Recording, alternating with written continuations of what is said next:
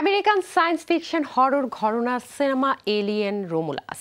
ফেডে Alvarez পরিচালিত বহুল প্রতীক্ষিত সিনেমাটির ট্রেলার মুক্তির পর থেকেই সামাজিক মাধ্যমে চলছে জোর আলোচনা। সম্প্রতি সিনেমাটির বিহাইন্ড দ্য সিন ও কাজের অভিজ্ঞতা নিয়ে কথা বলেছেন সিনেমার কলাকুশলীরা। আসল এলিয়েনের মতো রমুলাসের প্লটটি মানুষের একটি ছোট দল এবং একটি রোবটকে কেন্দ্র করে। এলিয়েনের মতো অদ্ভুত এক শক্তি ডেভিড জোহানসনের, তবে ইয়ান হোমলের অ্যাশ তার এই গোপন শক্তির ব্যাপারে জেনে যায়। পরবর্তীতে জোহানসন তা এসএফএক্সকে বলেন।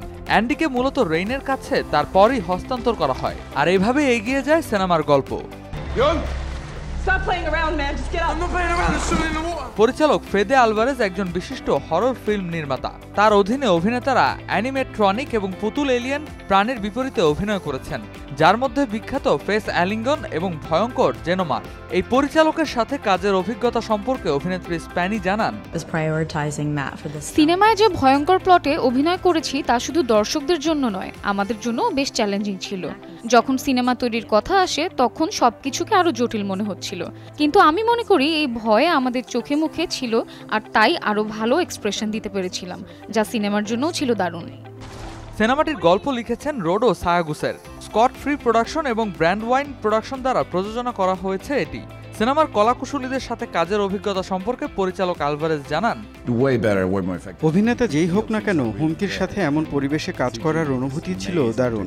আমি মনে করি সিনেমাটি দর্শকদের ভিন্ন এক আবহে নিয়ে যাবে, প্রতিটি মুহূর্ত তাদের মন ছুঁয়ে যাবে এমনটাই প্রত্যাশা করছি।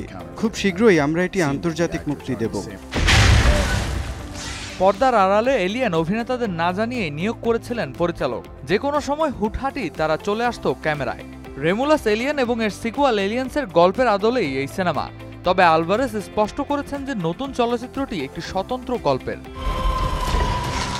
আগামী 16 আগস্ট মুক্তি পাবে আমেরিকান সায়েন্স ফিকশন ঘরানার cinema alien Romulus. Redwan Ahmed, showbiz tonight.